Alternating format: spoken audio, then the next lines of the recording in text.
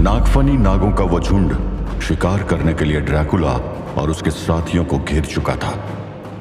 बलौर के जाल में फंसकर राजा नागनाथ के सारे योद्धा मारे जा चुके थे, लेकिन ड्रैकुला अभी खड़ा था और वो बहुत गुस्से में था। अगले ही पल मानो बिजली कड़की। नागफनी नागों को समझ भी नहीं आया कि आखिर क्या हुआ, लेकिन वो समझ के भी क्या कर लेते। ड्रैकुला बिजली की तरह मूव कर रहा था। उसके पंजे नागफनी नागों के जिस्म को चीर रहे थे। ड्रैकुला उन नागों को मारने में इतना व्यस्त था कि उसका ध्यान अपनी ओर बढ़ रहे खतरे पर गया ही नहीं, जिसने ड्रैकुला को उठाकर दूर फेंक दिया। सेनापति, ये तुमने क्या किया? राजा नागनाथ और अनीता हैरानी से सेनापति पदम सिंह की तरफ देख रहे थे, जिसने ड्रैकुला को एक टक्कर में दूर उछाल फेंका था। ड्रैकुला ने इस हमले की उम्मीद नहीं की थी। उसने ऐसी जोरदार टक्कर आज तक महसूस नहीं की थी। वो मर नहीं सकता था, लेकिन उसे अपनी हड्डियों के चटकने और दोबारा जुड़ने का दर्द महसूस हो रहा था। Big mistake. सेनापति, पागल हो गए हो क्या? ये क्या कर रहे हो? राजा नागनाथ के सवाल के जवाब में सेनापति पदम सिंह गुस्से में बोला, पागल? पागल तो तुम सब हो जो महामहिम बलौर को मारने चले हो। अरे वो तो हम नागों के लिए ही तो लड़ रहे हैं। आखिर कब तक हम ऐसे छुप छुप कर रहेंगे? कब तक इंसान इस धरती पर राज करते रहेंगे और हम नाग उनके पैरों तले कुचले जाते रहेंगे? कौन किसे कुचल रहा है मुझे नहीं पता, लेकिन तू मेरे पैरों के नीचे दम तोड़ेगा, ये बात तो तय है, या यूं ले लियो। ड्रैकुला ने सेनापति पदम सिंह की तरफ दौड़ लगा दी। उसके पंजे पदम सिंह को फाड़ देने के लिए उसकी गर्दन की तरफ लपके। अचानक पदम सिंह ने ड्रैकुला की कलाइयों को पकड़कर उसे हवा में घुमा दिया और जोर से जमीन पर पटक दिया। अगर महामहिम बलौर का आदेश तुझे जिंदा उन तक लाने का ना होता तो मैं तुझे यही मार।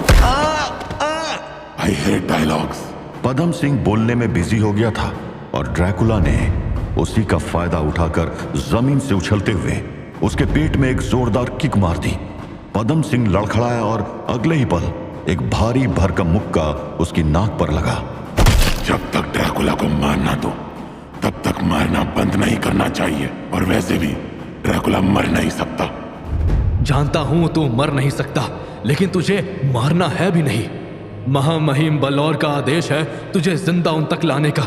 ड्रैकुला और पदम सिंह एक दूसरे पर वार कर रहे थे। दोनों ही युद्ध कौशल में माने हुए लड़ाके थे, इसलिए एक दूसरे के हमले को रोक पा रहे थे। अगर तुझे मुझे पकड़ना ही था तो दिन में क्यों नहीं पकड़ लिया? उस समय तो मैं शायद तेरा सामना भी नहीं कर पाता। पदम सिंह एक योद्धा है, एक नागवंशी राजपूत, और राजपूत को युद्ध लड़कर जीतना पसंद होता है। ये दोनों ही गजब के फुर्तीले थे। ड्रैकुला बिजली की गति से अटैक कर रहा था, लेकिन पदम सिंह भी किसी नाग की तरह लहराकर उसका सामना कर रहा था। मुझे ड्रैकुला की मदद करनी चाहिए। नहीं महाराज, I don't think so. Vlad जब फाइट कर रहा होता है तो वो पूरा मॉन्स्टर बन जाता है। ऐसे में वो आपको भी चोट पहुंचा सकता है।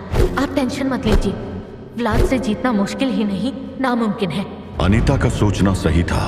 जैसे जैसे लड़ाई आगे बढ़ रही थी, पदम सिंह का पलड़ा हल्का पड़ रहा था। ड्रैकुला के आगे उसकी नाग जैसी फुर्ती भी धीमी पड़ने लगी थी। ड्रैकुला ने पदम सिंह को उठाकर जमीन पर पटक दिया। पदम सिंह संभल पाता उससे पहले ही ड्रैकुला ने उसके पैरों को पकड़ लिया। हाँ? हाँ? ड्रैकुला अब उसकी एड़ियों को पकड़कर उसे गोल गोल घुमा रहा था। पदम सिंह का उड़ता हुआ जिस्म किले के बगल में पड़ी बड़ी बड़ी चट्टानों से जोर से जा टकराया। मैं इसे नहीं छोड़ूंगा। पदम सिंह ने अपना हाथ आगे बढ़ाकर कुछ मंत्र पढ़ा और अगले ही पल उसकी तलवार उड़ती हुई उसके हाथ में आ गई। पर्वताक्ष ड्रैकुला, तुम्हारी मौत का कारण बनेगी मेरी ये मायावी तलवार। पर्वताक्ष नाम की वो तलवार इस समय सेनापति पदम सिंह के हाथों में थी। वो उठ खड़ा हुआ और अगले ही पल उसकी तलवार चमकने लगी। उसमें से नीले रंग की रोशनी निकल रही थी। पदम सिंह के हाथों में चमकती उस तलवार को देखकर राजा नागनाथ चिल्ला पड़ा, केयरफुल काउंट। वो पर्वताक्ष है, महान नाग योद्धा पर्वताक्ष की तलवार। कहते हैं उसके वार से भूकंप आ जाते हैं। अगर इसका वार किसी इंसान को लग जाए तो तब तो अच्छा है ना, क्योंकि मैं इंसान नहीं हूं। तू इंसान नहीं है ना ड्रैकुला, तो फिर आगे बढ़ और देख ले कि ये तलवार तेरा क्या हाल करती है। सेनापति पदम सिंह ने कसकर अपनी दोनों मुट्ठियों से तलवार को कसकर पकड़ लिया। तभी अचानक उसके दिमाग के अंदर एक आवाज गूंज उठी। ये क्या कर रहा है पदम सिंह? महामहिम बल्लौर, तुझे एक सीधा सा काम दिया था, ड्रैक्युला को यहां तक लाने का, वो भी अधमरी हालत में, लेकिन तू तो उसे मारने में लग गया। मैं अभी उसको आपके पास लाता हूं। रहने दे, जो तूने करना था वो कर लिया। और वैसे भी जो मर नहीं सकता उसको तो क्या मारेगा रे? अब चुपचाप वो कर जो मैं कह रहा हूं। बलौर ने न जाने पदम सिंह को क्या समझाया, लेकिन अगले ही पल वो ड्रैकुला की तरफ दौड़ पड़ा। ड्रैकुला भी उसकी तरफ दौड़ा। दोनों एक दूसरे के काफी करीब आ चुके थे, लेकिन तभी पदम सिंह नाग रूप में आ गया और तेजी से लहराते हुए ड्रैकुला के रास्ते से हट गया।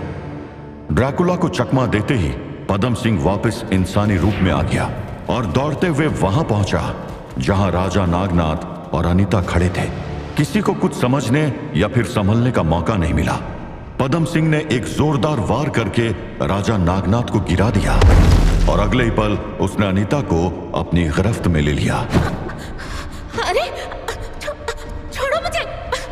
ये देखकर ड्रैकुला की आंखों में खून उतर आया। अनीता को छोड़ दे कायर, मुझसे लड़। तुझसे भिड़कर अपना और महामहिम बल्लौर का समय नहीं बर्बाद करूंगा मैं। तुझे ये लड़की चाहिए ना, तो अंदर आ जाना और आकर महामहिम बल्लौर के आगे अपना सर झुका देना। अगर वो चाहेंगे तो ये लड़की तुझे वापस मिल जाएगी।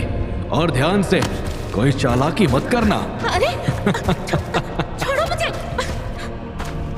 पदम सिंह अनीता को खींचकर नवरत्नगढ़ के उस किले के अंदर ले गया।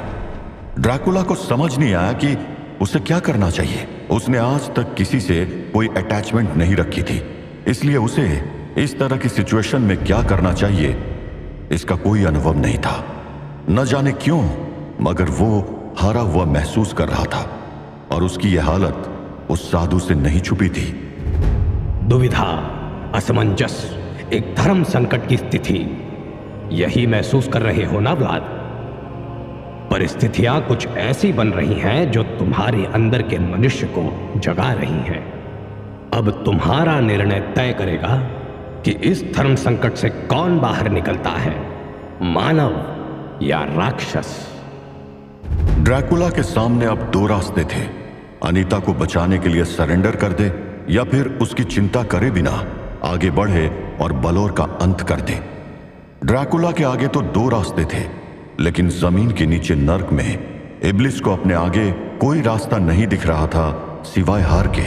वो इस समय दुआत की जंग में बुरी तरह से पिट रहा था, लेकिन अचानक से उसको उम्मीद की एक किरण नजर आ रही थी। अब तू गया अनुबेस, देख कौन आया है। मेरा दोस्त लूसीफर अपनी सेना के साथ आया है वो। अब तू अकेला है और हम दो। अनुबिस ने नजर उठाकर देखा।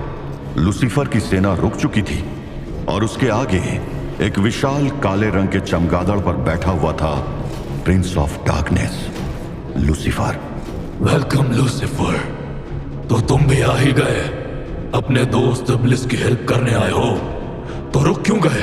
आगे बढ़ो, अनुबिस के अंदर अभी बहुत फाइट बाकी है। लूसीफर ने अनुबिस की बात का जवाब नहीं दिया। वो चुपचाप खड़ा होकर कभी इब्लिस तो कभी अनुबिस को देख रहा था। फिर वो अपने चारों तरफ देखने लगा, जहां अनुबिस के योद्धा इब्लिस के शैतानों को मार रहे थे। लूसीफर के चेहरे पर इस समय एक अजीब सी शैतानी मुस्कान थी। क्या हुआ लूसीफर, अपने दोस्त की मदद नहीं करोगे क्या? इस बार अनुबिस की सवाल का जवाब मिला। लूसीफर हल्के से मुस्कुराते हुए बेहद शातिर अंदाज में बोला, दोस्त, मदद? क्या आप बात कर रहे हो डियर अनुबिस? और तुम रुक क्यों गए? ओह, मेरी वजह से क्या? No no no no no, Carry on, carry on. I'm just here to see violence. क्या बोल रहे हो लूसीफर? तुम बस ऐसे ही देखते रहोगे? I'm sorry, Iblis. पर मैं क्या कर सकता हूं? You know the rules, हाँ? तुम्हें पता है कि उस नर्क में कुछ नियम बनाए थे और उसके हिसाब से हेल का कोई भी गार्डियन या गेट कीपर दूसरे के मैटर में टांग नहीं अड़ाएगा और उसके बनाए नियम कौन तोड़ सकता है? Okay Anubis, please carry on. Iblis हैरान था, लेकिन उससे भी ज्यादा अनुबिस। दुआत की जंग में कौन जीतेगा इसका निर्णय अभी तक नहीं हुआ था, लेकिन लूसीफर के आने से सब कुछ बहुत कंफ्यूजिंग हो गया था और लूसीफर वो तो बस मुस्कुरा रहा था। एक खुराफाती मुस्कान उसके चेहरे पर दौड़ रही थी, जिसका मतलब शायद कोई भी नहीं जानता था।